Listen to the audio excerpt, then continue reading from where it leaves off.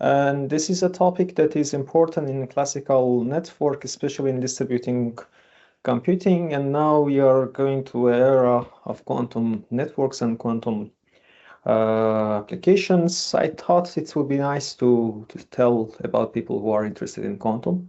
And my background especially is in quantum, but I'm introducing to myself to network problem and how to can be mapped in a quantum systems and how can we can describe a quantum algorithm for it.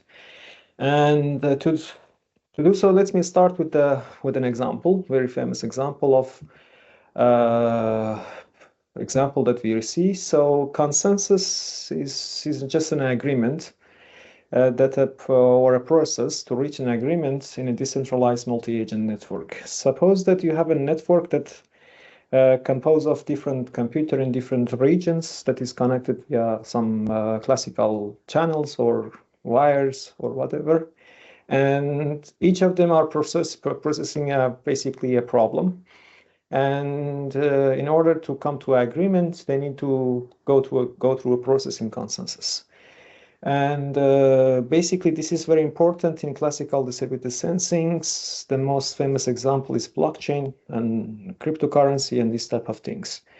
But since I'm a more theoretical guy, I would like to come to a very fundamental problem and try to see some example and to understand it more. And then we go on to a quantum process. The most famous example is the Byzantine agreement channels. Suppose that there is enemy castles and there are Alice, Bob, and Charlie. So they can do two things. Either they can attack the castles or they can retreat. And usually by random, one of these Alice, Bob, and Charlie became a general, because they call it commanding general, which here is Alice, as you can see in the pictures. And he said, let's attack this time. We will use the plan A to attack it. And then the other lieutenants have to accept the things and then follow the order. The thing is that if there is one of them is, let's say, malicious or traitor, they usually try to say something else, not like attacking or not attacking, some contradictions that doesn't allow the process to reach an agreement. And this is something, this process has to first, the consensus algorithm, whatever algorithm is, should not run indefinitely. So after a few moments that they should come to agreement. They should stop, terminate. And there is another point that is very important is the validity. So basically the final value, the final outcome of this process, attack or not attack, should be one of the values that one of the basically generals are proposing, which is very important. And the second one is that they reach to agreement, which is the outcome of the process. So no two processes decide conflicting value. And this is something very important.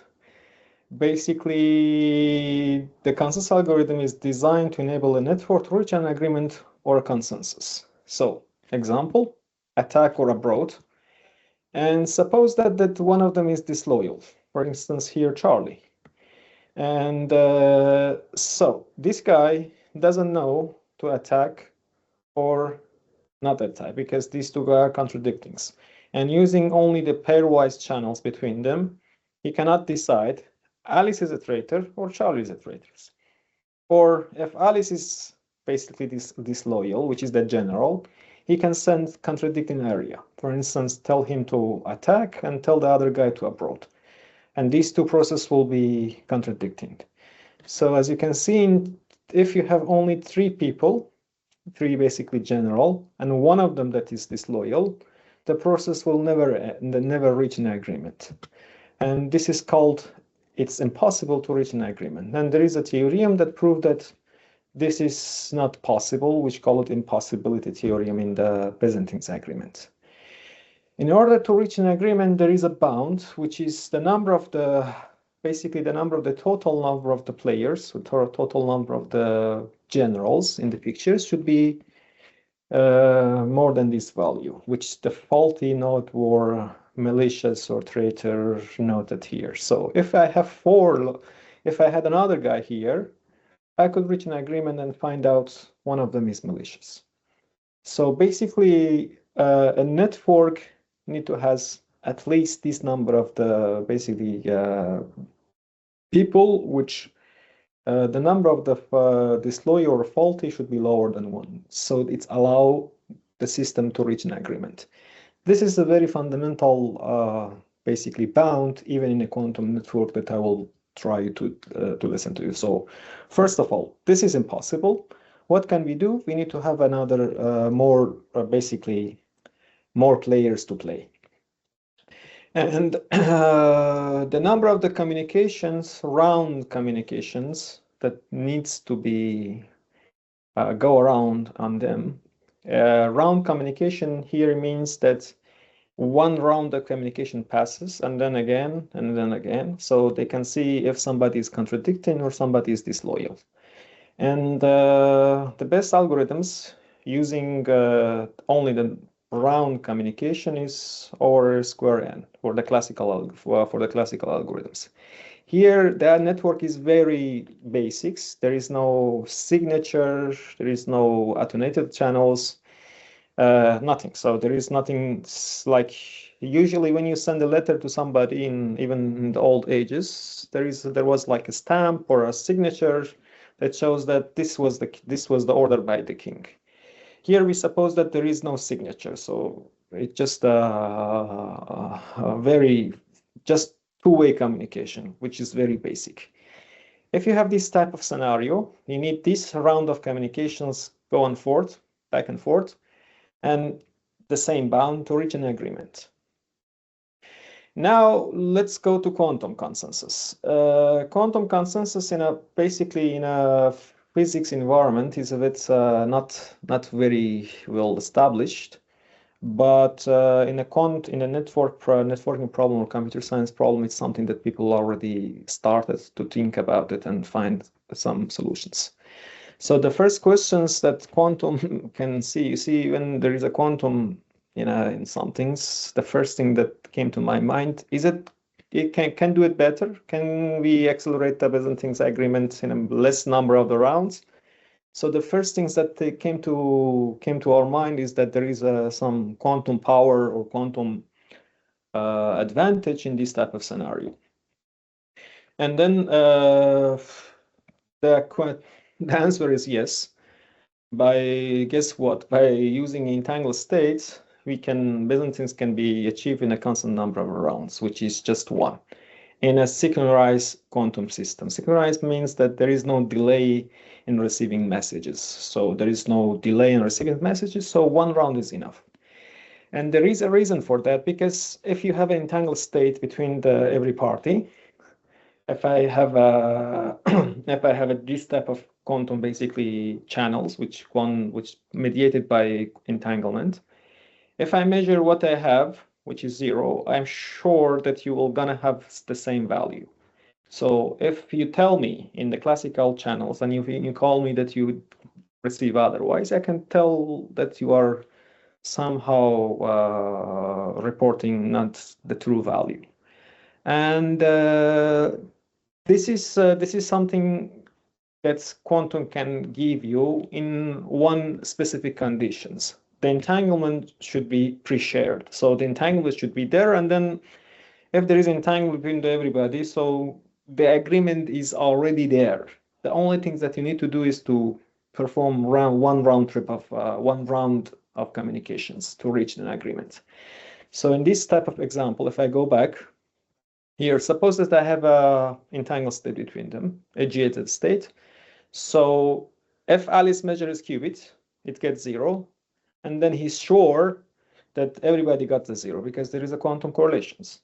And if Charlie does the same, he will say the same thing. So, and then if they communicate, you can know you know that Charlie's qubit should be 1, but he's telling otherwise. So you can detect it basically.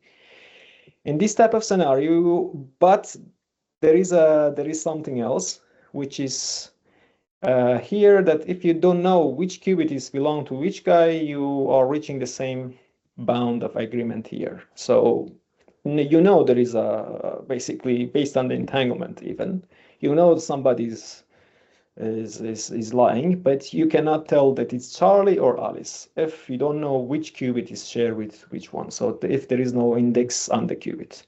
So the same bound applies in quantum as well, but with the accelerations in the number of the rounds that you can do, which is 1. So you can see that there is some interesting stuff by quantum, and there is a quantum basically advantages. Here's in speeding up the process. And basically, quantum consensus is a quantum state. So now let's describe it more fundamentally using quantum theory and this type of things, other than just a network problem. Let's look at it from the quantum physics or quantum information perspective. First, let's define what is the quantum consensus. The quantum consensus is a quantum state of the network that satisfies given properties. This given property depends how you define the consensus, because we live in a quantum world, and then the measurement and the way that you proceed processed information is matter. So you need to come up with some definitions that everybody agrees. I will come to one-to-one. Some introductions. This is something that everybody now know, and in the whole age it was a bit tricky to explain, but now since everybody's interested in quantum, it's very simple. We know that the classical bit can have only 0 and 1, while qubit can have a superposition between and 1. So in a classical consensus agreement, say I just receive 0 or 1, but in a quantum consensus, I receive a qubit which can have a superposition between and 0, 1. That's the first first distinction between quantum consensus and the classical consensus. Here I receive qubit. For a quantum, in classical I receive bit, if it's like a binary way of consensus. And of course, I can explain the state by a state vector with a probability amplitude of alpha and beta, and I can represent it as a vector. And there are multiple ways of representing it, but this is something that's a standard in a Dirac notation, and this is the vector state, basically, using the vector. Now let's go to define consensus. So there are few definitions. This is the paper that comes out in 2014, which is Consensus for Quantum Network. And this paper was maybe the first one that the first tried to explain what is the condition that the quantum consensus can have. So the first one that we will talk about is the sigma expectation consensus. Suppose that you have n qubit, and then you send it to n players, okay? And everybody will use the same measurement operators. Here is sigma, can be generic, you can decompose it to any type of standard measurement operator. But suppose that you have operators which is unitary here. And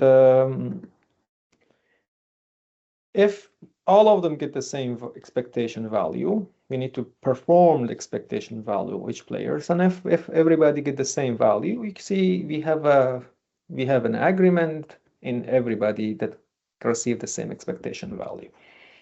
So if you perform the Z operations on these 3 qubits, on everybody perform his own measurements, and for sure they receive the same value in each of these conditions.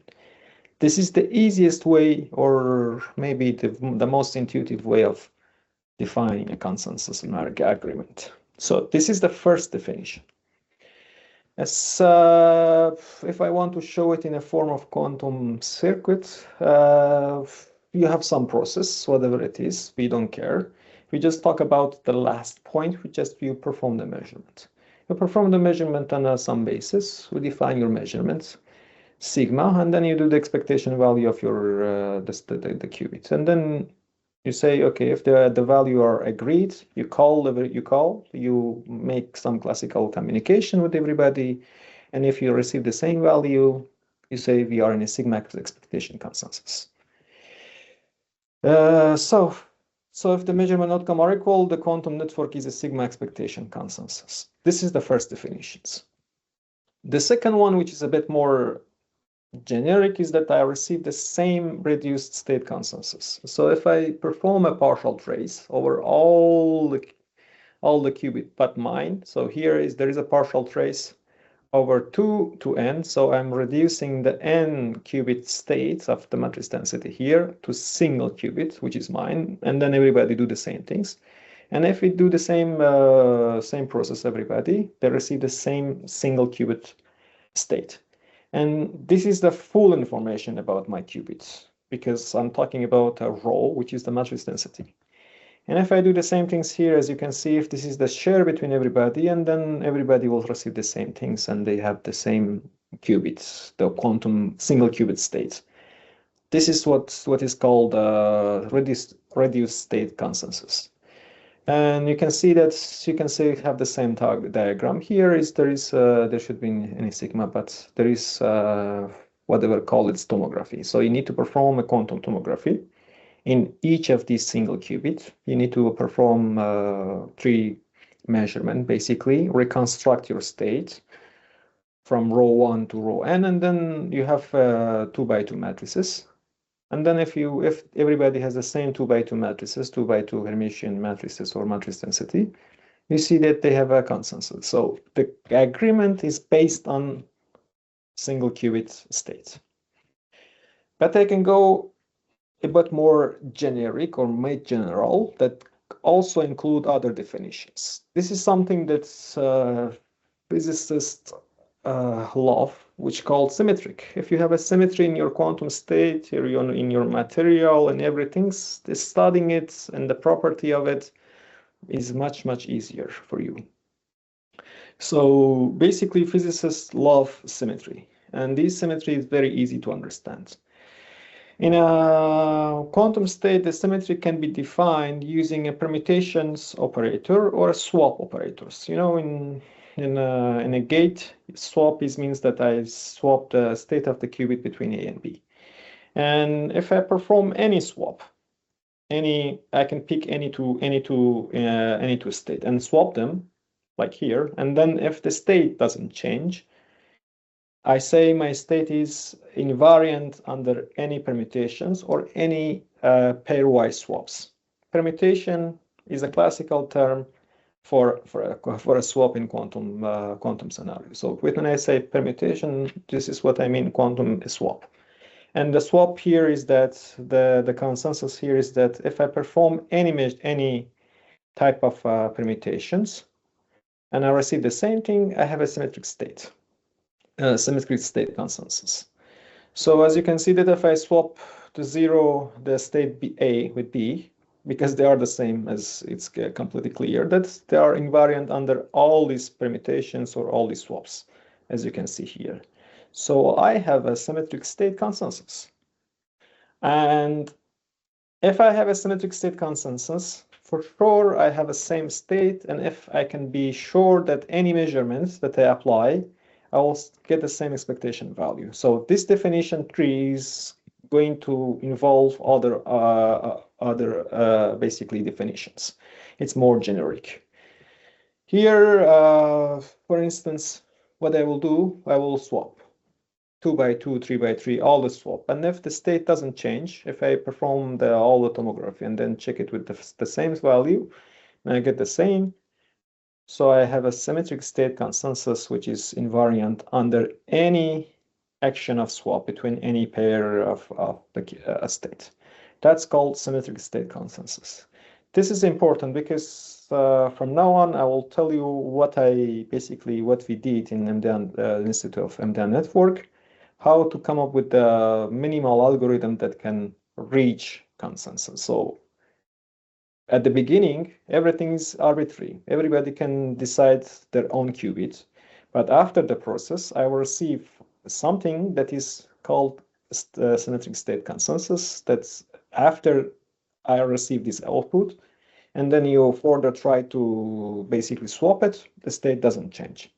Became what they say invariant under any swap action. So the objective is that the algorithm, a quantum algorithm actually, to reach a quantum consensus with any arbitrary initial state. This is very important.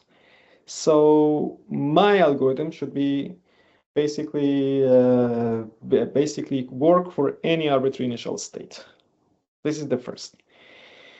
And also I can design a quantum algorithm that verify a quantum state without directly detecting it. This is, I will talk about it after I explain this, because this is the first and then this is the second, okay?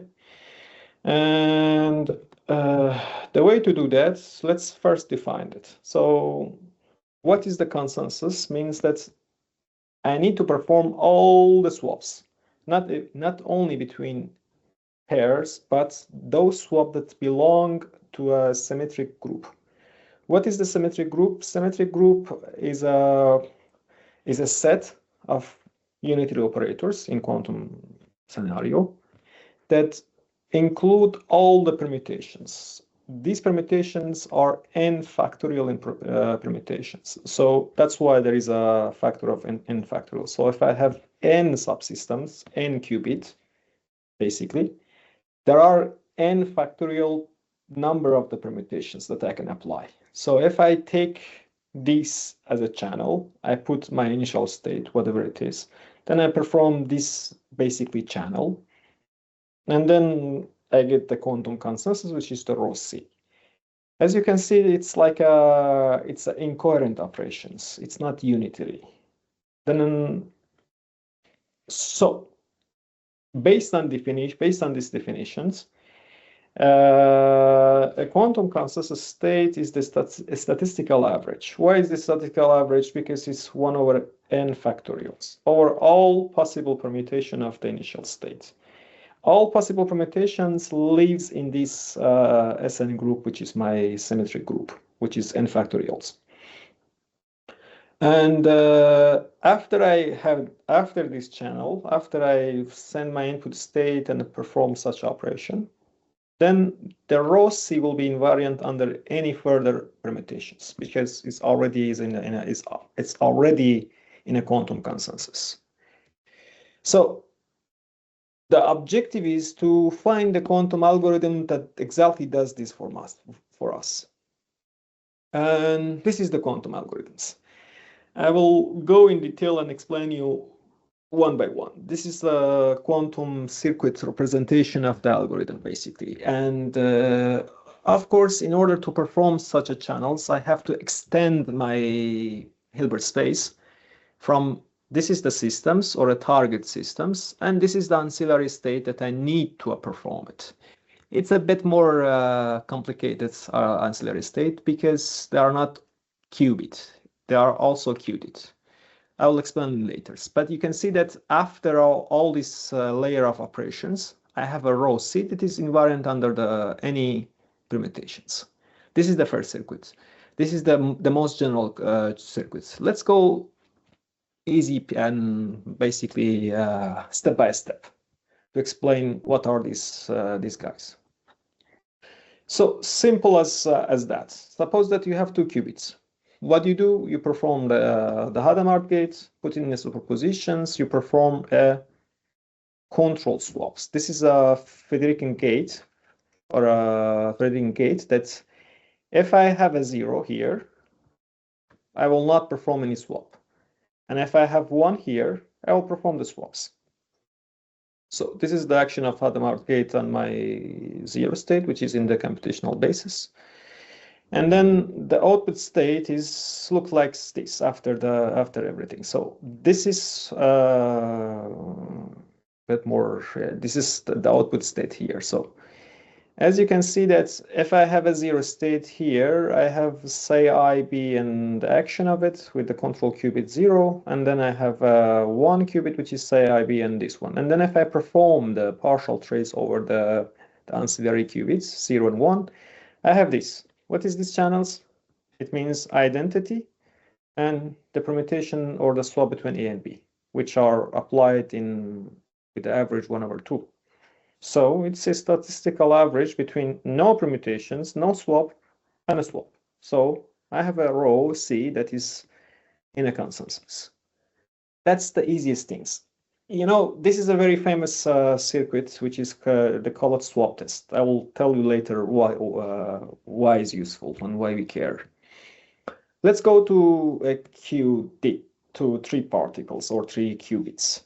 In 3 qubits, I need a bit more complicated gate, but so I have a QDIT here, or a QTreat, because I have 3 dimensions. Now I don't have a binary, I have a 3 dimensions, 0, 1, and 2.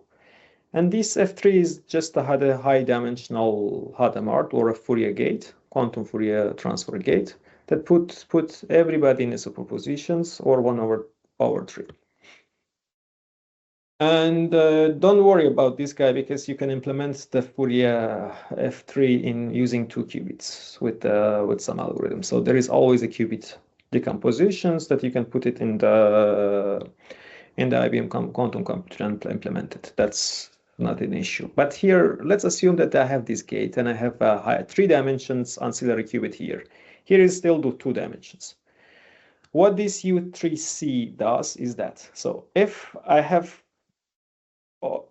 0 here, if there is no not here, I will apply nothings. Okay, if both of them are 0, so if both of them are 0, I apply 0. So there should be, yeah. So forget about the first qubit because it's belong to this guy. So just think about the second ancillary state. So I have 0, 1, and 2. If it's 0 applied, there is no swaps. And if 1 is applied, these 2 guys will be swapped, as you can see. And if it's 2, the other 2 will apply it. Okay? And you can see that I have some sort of unitary operators decomposed of identity, swap between 1 and 3, and swap between 2 and 3. And then if I do everything together, I have all the swap, which is 3 factorial, 6 operations over 6. So it doesn't matter what row ABC is, the output is the statistical average of all of them. So I have identity, UAB, UAC, UVC. This is this is the transpositions or the ordinary swap. Here is the action of 2 swap together. So first swap AB and then second swap BC. If you look at this action, it's like that. Here I have 1, and then here again I have, yes, I have 1 here as well. And then if I have 1 here and 2 here, I will apply this last one. So all the permutations is applied with the same probability 1/6. So I have a consensus. Now, if you apply any further swap after this, your state doesn't change. That's why you are in a symmetric state consensus. And let's look at the example, some simulations and yes, this is the simulation results. So suppose that you have this type of initial state. This is a bit more different than a standard one because different color is it's a complex number representation of the state. But you can see that all these 4 are different quantum states. Everybody proposed their own qubit with anything they want. After the first round, you see that both qubits became the same. And then you can see that after the second, after the second basically, or correspond to U3, all 3 are the same. So after the first round, 3 round, and the final round, as you can see that everybody receive the same qubit and have the same reduced state, and they are in a symmetric state consensus. And that's what I want, because now everybody reached an agreement. Whatever the agreement is, it's not my concern first, but I know that they reached an agreement. This is something that is very important when we talk about the classical application or some application of the consensus. Here, I'm not worried about what do we agree on? The most important things is to reach an agreement. Let me give you a better example. Suppose that we want to go out for a dinner, and then somebody want to have pizza, somebody want to have, for instance, hamburger. So if we were trying to reach an agreement with the option that is put on the table, hamburger or pizza, that would be fine. But you can be more, let's say, flexible and said, we need to just eat. And then we go for another restaurant, like we go to Indian restaurant. So at the end of the process, we reach into an agreement and everybody agrees. That's the process of the symmetric state consensus. So it doesn't care what the initial state is, and it doesn't care what do they agree on.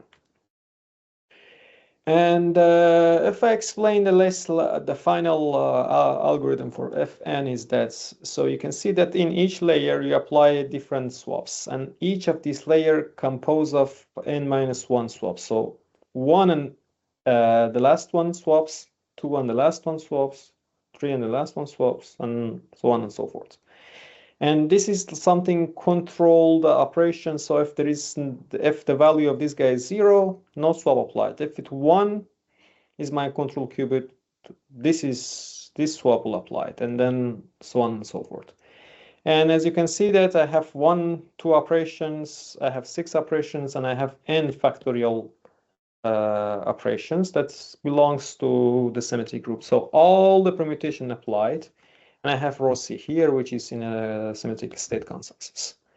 And if I perform a partial trace over the ancillary qubit, because I care about what is my target state, I have these channels. As you can see, the definition that has been introduced here, this is the quantum circuit correspondence to do it. I'm not saying this is the only way. This is one way.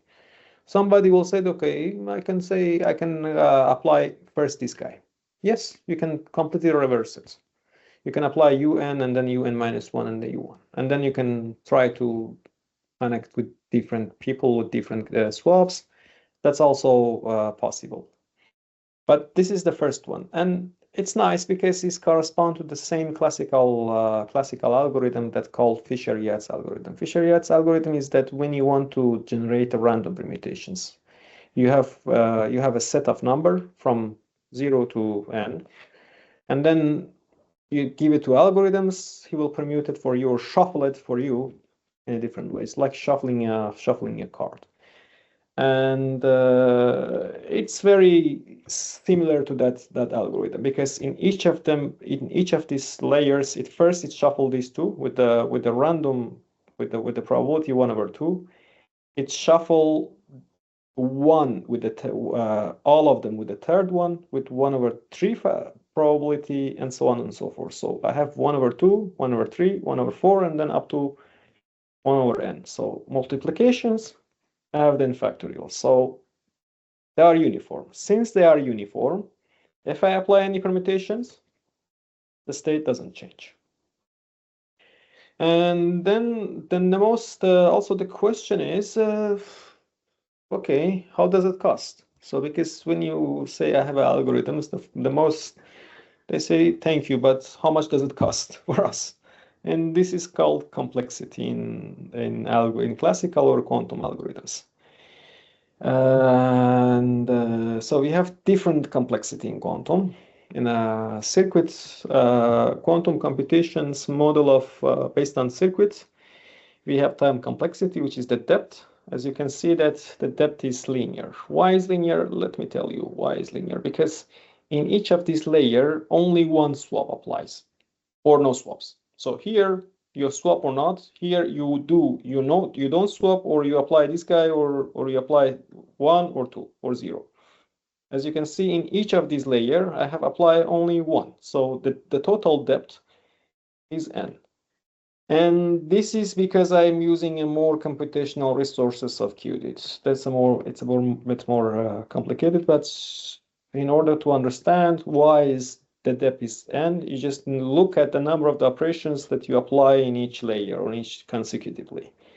And you can see that from U2, U3 to UN, you apply only one operation at a time. And let's make your secret depth n. The gate complexity is something that it's very important for our quantum design. So we need to say how many gates that you're using. And as you can see from the pictures, you can count that I am applying 1, then 3, and then up to n times n minus 1 divided by 2 conditional swap gate. If I do basically qubit decompositions to some standard one, I have a polynomial of cubic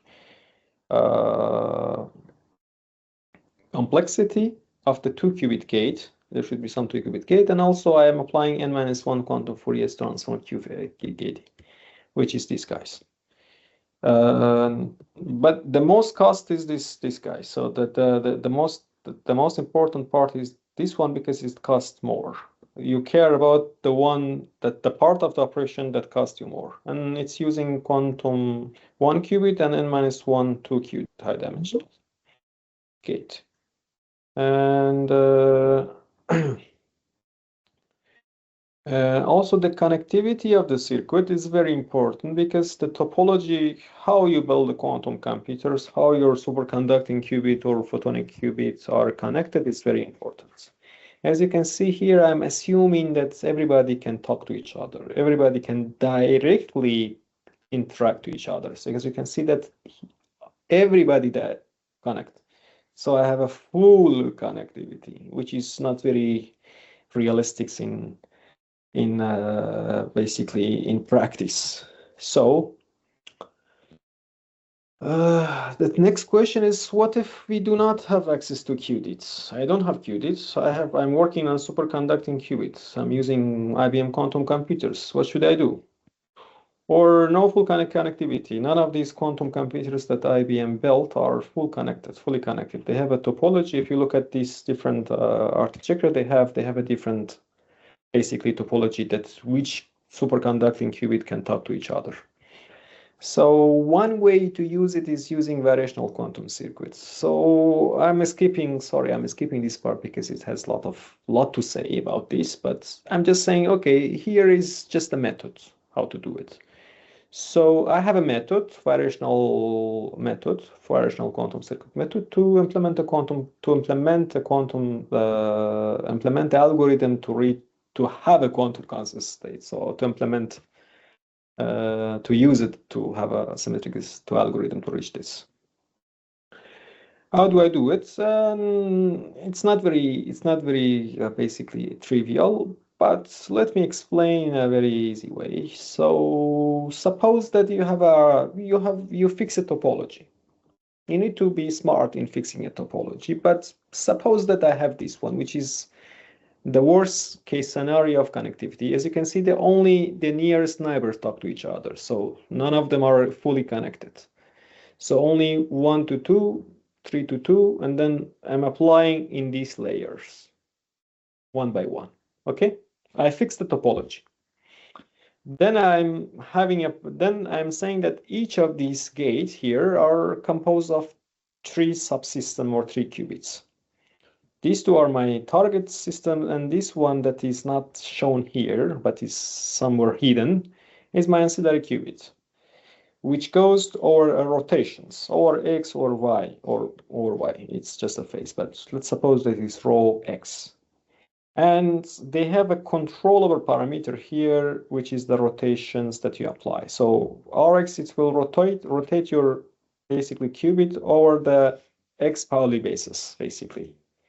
And I have a parameters that I can tune. That's what is called free parameters. So then I have a row sort of C, which depends on a set of parameters. All of them have different parameters. So I have basically a set of big theta that include 1, row T, row 2, row 3, row 4, and so on and so forth. Depends on the number of this basically elementary gate that I'm applying. Okay, so I fixed my parameters, I fixed my topology, I'm applying my gate with respect to the parameters, I get the output. What do? I give it to a computer and I said, okay, try to tune these parameters that reach my target. That's called variational quantum circuits, in very brief. Guess what? We tried the variational quantum circuits. We had a solution for this very compact version. And then after we have some numerical evidence, we see, okay, maybe there is a patterns, and we try to find the patterns. And the patterns looks like Sudoku. Interestingly enough, it has a very nice patterns. So what does it look like? So if you have a 2 qubits, it's very immediate that you need to apply the probability or the superpositions with 1/2. Okay, that's uniform. Make it uniform, right? And then if you apply the if you go for a 3 qubits, you have 1/2, 1/3, 1/2. This, where does this 1/3 comes from? So if you look at this diagonal element here, let me do a pen. Okay, if you do like this, you see that's 1/3, 1/2, 6 factorials. Okay, and if you look at the matrix, it's 3, 2, 2. And then what do you do for the next cases? I will split it in two and then put these 3 and 2 here. And then I apply again another diagonal one in this way. 1/2 here, 1/3 here, then 1/4 here, and then so on and so forth. As you can see, this is the same as here. So you see, there is an inductive way of patterns to do that. Let's do another one. Well, I keep this guy here. All of these two cycles are here, which is my previous 3, and this guy belong to the same previous process. You see, I have a recursive process. Now, what do I do with this one in the middle? Since I'm in an odd number, I'm at 5, I started from top with 1/2, 1/3, 1/4, and 1/5. It's like a Sudoku, it's like a playing. And then this is what a variational circuit was telling us. And then after find out these patterns, and then we check it's correct. And it's give us all the permutations with the uniform probability. This uniformity is very important because I need to apply all of this operation with 1/n factorials. If there is slightly difference, some permutations favor one another, then I'm not in a symmetric state, fully symmetric state consensus. So as you can see that I have a circuit that it's not fully connected. It's using qubit, but some rotation. I can reach the consensus. And later we find different circuit based on different topology, and then we have a theorem that proves that any connected circuit, you have a connected topology. You can design a quantum circuit that does the same things for you, but it's a more advanced one. So I'm just keeping it for now. Let's talk about another things that is also very nice. What if they share, there is a pre-shared state? What if they give you a state and then tell you that try to verify that you are in agreement or not? So it's a pre-shared scenario. Remember the Byzantine agreement problems? Suppose that they have sort of shared state between them, a quantum state between them. And then you want to know if they are verified, if they are in a consensus, but you don't want to measure the state. You want to somehow find out without measuring the state. This is important because after you measure the state, they usually say that the state collapses, so you cannot use it. And the way to do that is using a swap test. It's the elementary state is something is very known. Is that if you look at the state, is that now I don't care about this part. I just care about my measurement on the ancillary state. By measuring the ancillary state, I can tell that if my rho of the initial state is in a consensus or not. So if they are in consensus, A here and B here, so psi BA here, So if I apply here, it doesn't change, right? It's invariant under the permutation. So this guy became 0. So what do I get here? Equal to 0. So if the state is symmetric or anti-symmetric, I have in a constant state. So I have a probability of getting 0 in the ancillary state equal to 1, and 1 is 0. So without measuring the state, I can tell if the state is in consensus or not. Can I do it for in qubits? Of course, you can. And if your state is between in a state, and if you get 0 here, 0 here, and all the way here, up to here, you say my state is in consensus. Let me tell you why do I care? Because in a key distribution problem, in a quantum key distribution problem, you have a shared key, a quantum state that is shared between everybody, right? And let's assume that the one that's provided to you, I mean, the source that they provide this entangled state to you, says that it's symmetric. How do you know? And the way to do that is that to perform such operation, go through these algorithms or the other one, and then measure the ancillary qubits. And if the ancillary qubit all are 0, and then you can say you are in a fully symmetric state with no problem. Something more to say is that I'm assuming that I'm in a very good scenario. I mean, not good, ideal scenario. There is no noise, there is no imperfections, and so on and so forth, because it's just a baseline. And then start by step, I've introduced errors, some imperfection, and so on. But this is the ideal scenario. And another thing that I didn't know that I had, but it's nice. It's a faulty node detections. Now you want to know which node is faulty. You know which of these guys is faulty. You apply suppose that you have, this is the example of 4 nodes. And then suppose that you apply a swap test between each of these pairs. So this test is between this 1 and 2, 2 and 4, 3 and 4, 2 and 2, and all of them. So you see all of them are paired that you are testing. You need to pair, you need to do that, all of them, because you cannot tell which one is faulty. So if you measure this guy, and then one of them you get 0 here, if you get the probability 0, you can tell that if you get here the probability 0, you said these two checked.